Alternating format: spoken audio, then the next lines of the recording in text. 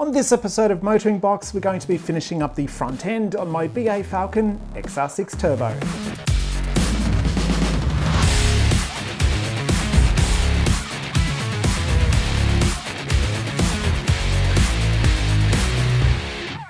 Welcome back to Motoring Box. I'm Sean McKellar, and this is my BA Falcon XR6 Turbo, which we're kicking off a little bit of a bolt-on series with. For those who have been watching, I've already done the radiator, and last week we fitted this fancy new PWR intercooler. I was really happy with how it turned out, and it just bolted up perfectly. Everything was bang on. And since you last saw this thing, I've actually finished the installation of it, because if you'll remember, I wasn't able to connect this pipe from the intercooler to the actual intake pipe which runs into the engine. But I did find this Aeroflow silicon joiner. It is the AF9211-225 hump hose black. And that is in 2¼ inch, which is 57 mil. So I'll leave a link in the video description if you're doing an installation like this. I bought two of them, by the way, just because, so I've already got one installed here, but yeah, this is a look at the joiner itself. It's got a hump here in the middle, and that's really there because if you need to bend this joiner a little bit, that hump sort of gives it a place to bend on, and it just means it's not going to collapse in on itself when you bend it. It is a really slight bend here between the two connections, so I thought this would be perfect, and it turns out I was right. There is another listing I saw for a 23-degree bend, I think it is. Similar length, about 100 mil is what you need. That one may also work, so I'll leave a link in the description below to that and let you guys decide, but I can confirm that this particular one with the hump does work perfectly. So I've got it on there with some hose clamps as well, ready to go. And yeah, look, it's really coming along. The other thing I've changed since you last saw this car is actually the position of the horns.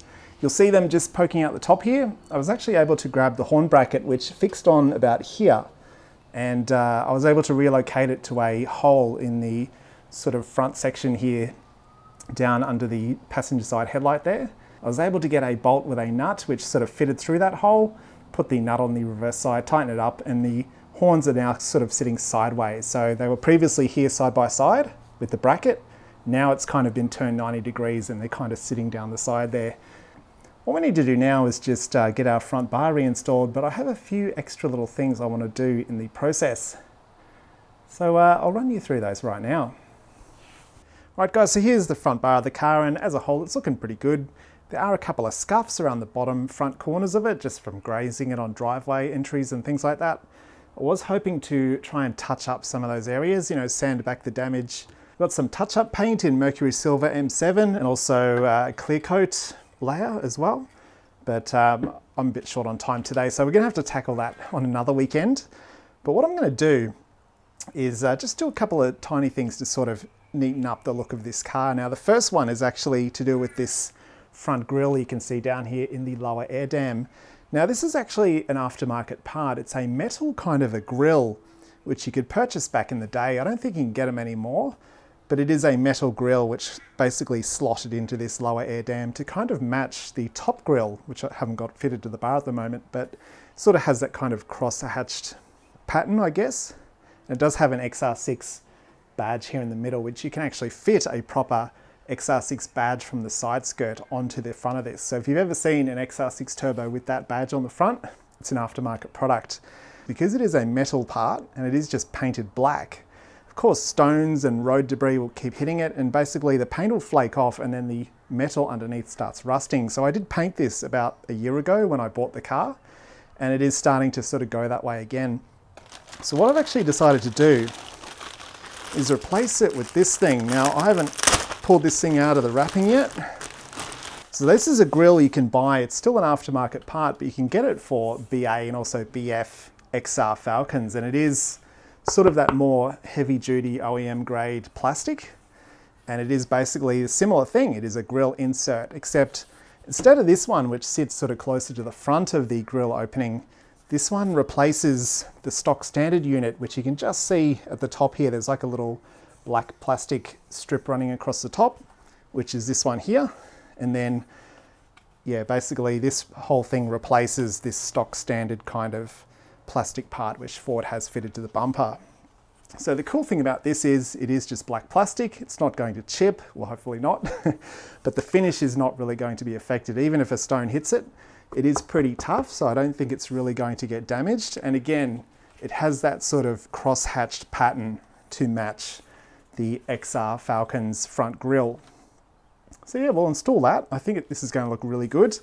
And yes, finally I can get away from this metal grille, which, I don't know, I kind of liked it, but then I kind of didn't like it at the same time. So yeah, I think it'd be cool to get rid of that. And then also, when I bought this car, one of the fog lights had a proper Ford factory protector on it, which I think also looks pretty cool. And obviously it does a really good job of protecting the glass lenses on these fog lights. So I actually found a set on eBay for genuine parts. So these are actually a Ford territory code. So it's SX15K233AA. And first of all, I thought, shit, are these Ford territory headlight covers or fog light covers? But yeah, as I found out when I looked at the old one that came off my car, it's got exactly the same part number on it. So yeah, I guess the early Ford Territories did share their fog lights with the BABF Falcons. So I've got the brand new set of protectors, and they of course come with all these little mounting brackets and fixtures which we can have a look at. But when you look at this existing one, it's a pretty simple thing. It's basically a screw and then a little sort of metal tab, which basically goes around the fog light itself, and then there's 3 of them. So yeah, let's crack on. I'm not going to have any music or anything or voiceover in this video. I'll just film it and I'll bring you guys along for the ride. Some of you guys have said you miss those kind of long format videos that goes through every single step. So why not? We'll do that today. So now that that screw's out of the way, this grill just pops out the bottom. There we go. You can see it's already starting to sort of chip and look a little bit horrendous. So we'll get that out of the way. If anyone wants that grill, do let me know. It'd be a little bit of a pain to have to send it out, but it'd be better than it going to waste. So yeah, do let me know in the comments below if you want it, and then maybe we can sort something out. So this is the piece we need to take out, and as far as I can tell, it's just these little push style clips which we need to apply a little bit of pressure to. A lot of people criticize me for wearing these, but by the end of the day, if you don't wear them, your hands are filthy, and it also just stops your hands from getting like pinched in little gaps and things like that. So yeah, it's well recommended. I often thought if I ever did MotoringBox merchandise, gloves are probably one of the first products I would try and sell. I want to go. There we go. And then the side ones pretty much came out by themselves. So we have to pull this out the front. There we go. So yeah, that's the plastic piece. You usually only see this on either side because if you have a full size number plate, it does hang down in front of this part. So this one actually has the same clips as you can see there, including one on each end. So it should just be a matter of feeding this in, remove my screwdriver, feeding this in from the bottom. I'll readjust my camera a little bit. Hopefully that gives you guys a better view. So we've just fed the grill in here. Actually, my number plate is in the way a little bit. I might have to take it off if I can't squeeze it past. Geez, it's close. So I just need to get that past my number plate. There we go. All we have to do really is push it inwards, and we should see, yep, all of these little clips going into place. It's pretty easy installation actually. So yeah, that's looking pretty good. I'm pretty happy with that. Once we give this front bar a bit of a clean, a bit of a wipe, I think it looks fantastic. And we can see the little screw hole, it is visible. And there is a bit of a scuff here on either side, just from where the metal grill was. It must have been rubbing on the paint a little bit. Right guys, so now we're going to handle the fog light covers. I do have the original one here as a reference, but these do come with instructions with the parts. So let's have a look. Pull out the cover itself first. So yeah, that'll sit on there like that. It's got a beautiful sort of a silver border with the Ford logo. It does have the part number at the top, but you never really see that because it's under this overhang. So yeah, there's 3 fixing points. Leave that there for a second. And since Ford went to all the trouble of creating instructions, we may as well have a look at those. They do say to clean the fog light itself, and they do include some alcoholic wipes as well for doing that. But the reason you need to clean it is because they have these little stick-on clear tabs. These are like mounting tabs that protect the glass from the mounting bracket. But because mine have actually had covers installed before, they actually have the existing tabs here in place. So I'm going to skip that step, but yeah, if you do buy a set of these covers, just follow the instructions. They're basically telling you to clean the glass and stick these on to the 3 areas there, and there before you move on. So I'm going to skip that, luckily. And then they say we need to attach the clips like so. Pretty easy. You got the clip itself. You then have like a little rubber washer / grommet, and then the screw. So yeah, that's pretty simple. The bracket goes on the underside. Let me just put the screw through the washer first. Yep. So all you need to do basically is get the screw with the washer, put it through the hole, and then put your bracket on the other side. Wants to turn like so. There we go, we've got one done.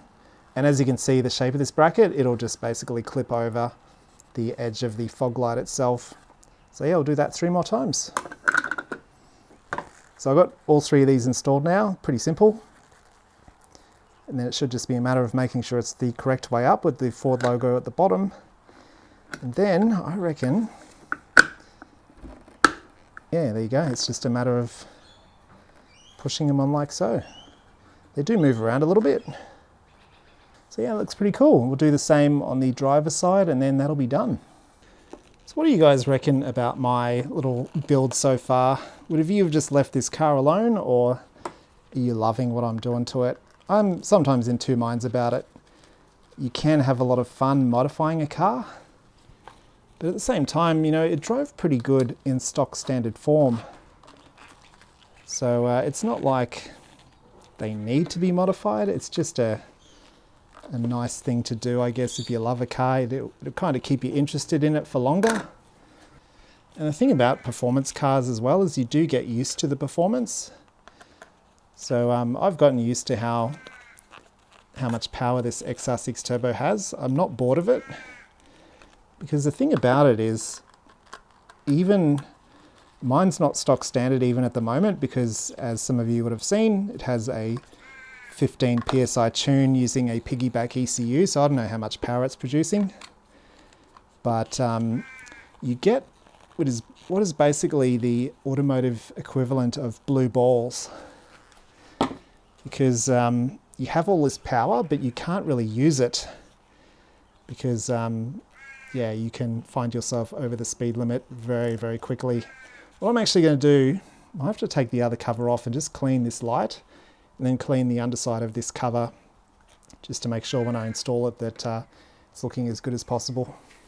So yeah, as I was saying, you do get the automotive equivalent of blue balls, because you have all this performance on tap, you know, that you just want to use it. You have this burning desire to use it, and you just can't. So it's a very frustrating thing. And I imagine that just gets worse when you have a car that is got even more power. You know, the limits of what that car is capable of is just getting further and further away from what you can use. There we go. It's looking pretty cool. The glass is a little bit sandblasted on that fog light, but look, that'll do for now. I can always come back later and try and polish them if I want to, but you're not going to notice, honestly. And the rest of this car is not really in showroom condition either. Like, it's neat for its age, but yeah, it's not showroom. These are of course going to get dirty with time, but it looks like they're not too hard to pop off. So if we ever need to clean these up in the future, we can do so. There we go. Looking good. one more thing I need to do at least, which is connecting the horns. So they were here previously, that's where the connector reaches to. But now, you're probably not going to see, but it is the lower horn which this needs to be connected to. So that's not going to reach, but it's pretty easy. It's just a single wire, which you can see there. So I'm going to have to lengthen that, put that down in there. But otherwise, it is pretty neat. This loom kind of sits down behind the reinforcing, and there is plenty of intercooler there available in the airflow, which is great. All right, so we'll just cut our little sheathing here back a little bit. Don't want to cut too much. That'll probably do it. So I am going to cut this wire somewhere along here, and then I'll splice in a slightly longer bit of wire in the middle. So I will end up with a join here and then a join at the other end, but I don't think it's the end of the world. I rarely ever use my horn, and it's not like it's going to be used all the time, like headlights or something like that. So I don't think there's going to be any issue with doing it that way. Now I am ready, of course, for people to give me a hard time in the comments section for my wiring skills or lack thereof. But look, I'm used to that, so have at it. I'm just a guy with basic skills, a low budget, and just doing the best with what I've got. So I'm using some wiring that's a little bit different. The gauge is similar, just the shielding is a little bit thicker. So I just need a bit of a length of that. That'll probably do it.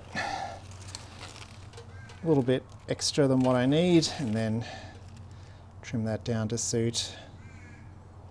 Go for about that much. I'll do. The gauge might be a little bit thicker, but again, this is for a horn. I'm not terribly concerned. Then I'll use my old soldering iron, which is probably a few years too old. Probably should have replaced this thing a long time ago. As you can see, I was doing some soldering in a tight little location, so I had to bend the shaft a little bit. It's looking a little bit droopy, a bit sad, but it'll do the job.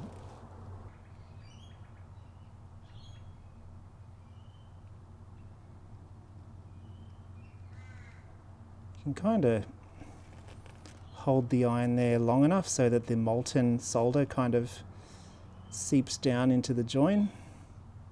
In the end, we're just talking about a horn here, guys. You know, I'm not someone who sits on the horn all day. So, look, it should do the job.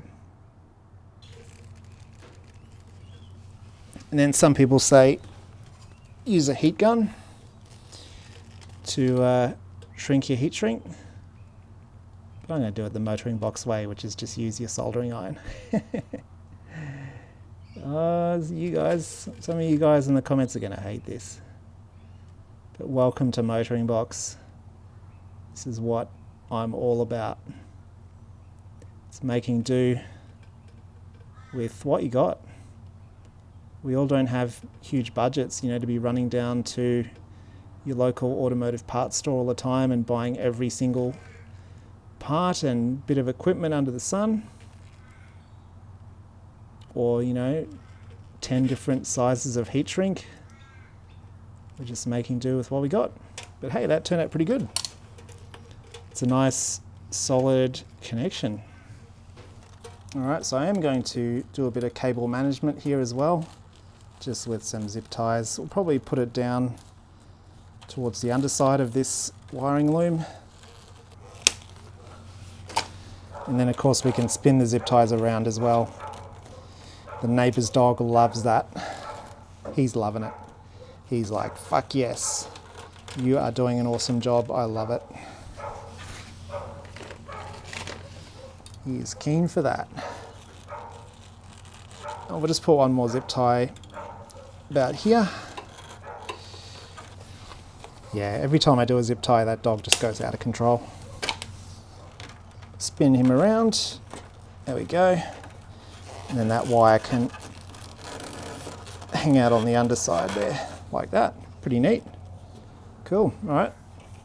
So now, this is probably a little bit too long, so we'll cut him a little bit shorter. Probably about there. And then we'll join our little horn connector onto the end of that. Ow.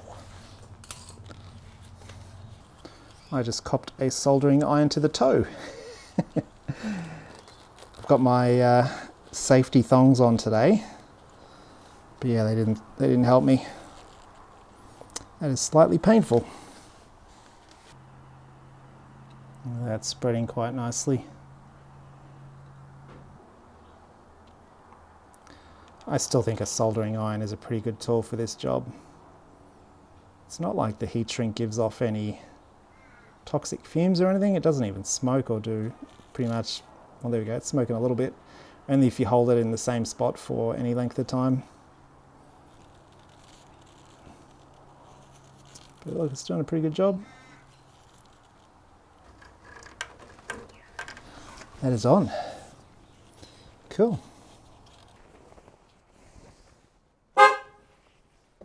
That's perfect. We're done. Now, as is usually the way with things like this, you end up with a couple of bolts and stuff where you're not really sure where they go. So I'm going to piece our crash bar back into place here. I do have all of the bolts for this bar, but there's one additional bolt which is a slightly different size. So look, that'll be interesting for us to work out. We do of course have our pool noodle modification. If you haven't seen the video on that, click up, no, this corner. Click up there and have a look. The reason you need this is because all BA/BF bumpers do start to sag over time, and this basically gives it a little bit of a helping hand to prop it up. Costs you about $2.50 for the noodle, and you'll have many years of non-saggy bumper life ahead of you.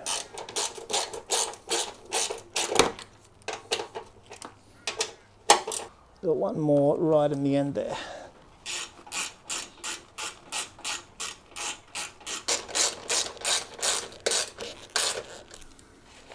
Cool.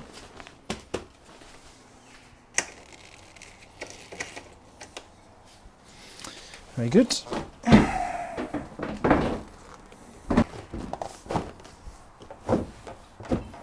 Cool. Look at that, fits.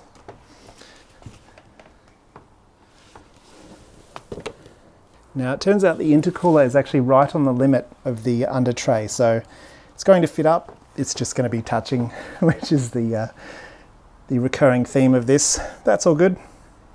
Cool, we'll get this reinstalled.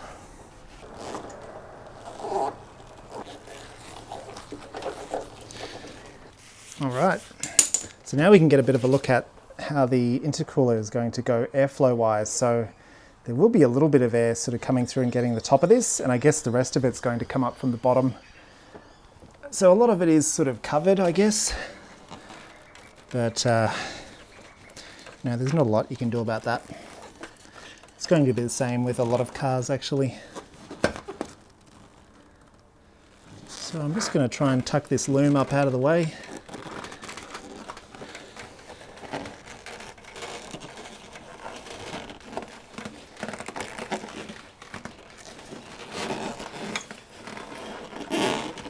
Just to aid the airflow as much as possible. That's all looking pretty good. Cool. Love it. I of course need to put all of the side mountings for the bumper in place and also the under tray, but I'll spare you guys the boredom of that. We'll do that another time.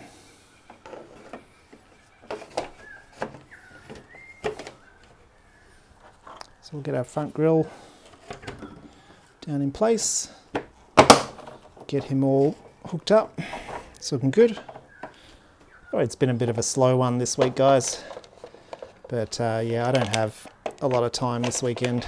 I've already been down here for a couple of hours, and that's a couple of hours more than I've actually got.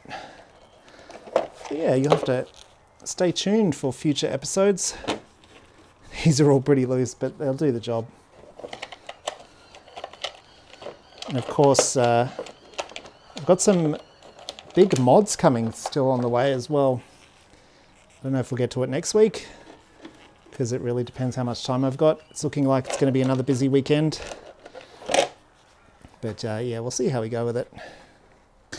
Now I must say, guys, this is looking pretty good. Just going to give it a bit of a clean, even though, you know, this car's going to get dusty in the garage for the next couple of weeks or months. But we'll just give it a bit of a wipe so we can have a look, see how this has all turned out. I dare say it's looking pretty neat, even with that upgraded intercooler. You can barely even see it, which, I don't know, could be a good or a bad thing, depending on who you are. But I'm not looking for something really sort of out there that shows off that the car's modified. I prefer the sleeper kind of a look. So yeah, I dare say that's looking pretty good. And with that, guys, the video is unfortunately now over, but I think you have to say the front of this car is looking absolutely fantastic. I really love how you can catch a glimpse of that new intercooler through the upper and lower grills. I was initially thinking of painting that one sort of radiator black so it didn't stand out, but I do love that subtle sort of hint you can see of the intercooler upgrade, which if you're coming up behind someone, they'll be able to see it in the mirror. That beautiful PWR intercooler through the grills there. And speaking of grills, this new lower grill I think matches the top one quite well. This top one is sort of slightly more grey. This one's a bit more black. So the finishes are not a perfect match, but I don't think you're going to notice. And I think this plastic one looks a lot better than the metal grill, which I pulled off this thing. There is a little bit of damage to the paintwork there, but look, it's a 17-year-old car. You're not really going to notice it. And it does fit in with the overall condition of this vehicle. So in the end, we can always get this bar resprayed sometime, or I can try and touch these up myself first and see how it goes. But yeah, look, that's it. Just another step on the bolt-on series of this car. There's plenty of good things coming. For me, it's just all about time. I've got a newborn baby in the house, and yeah, the car's kind of on the back burner a little bit, but I am going to try and do something every single week and yeah, keep it going. So thank you very much for watching, guys. If you want to support the channel, there is a Patreon account which you can join up and contribute a couple of bucks per month. All of these people listed below have been supporting me for months on end, and I'm super thankful that they can support me and help things like this happen. If you want to check out some of the other videos on the channel, have a look on the side there. Otherwise, please consider throwing me a like and also subscribing. And hopefully, I'll see you next time.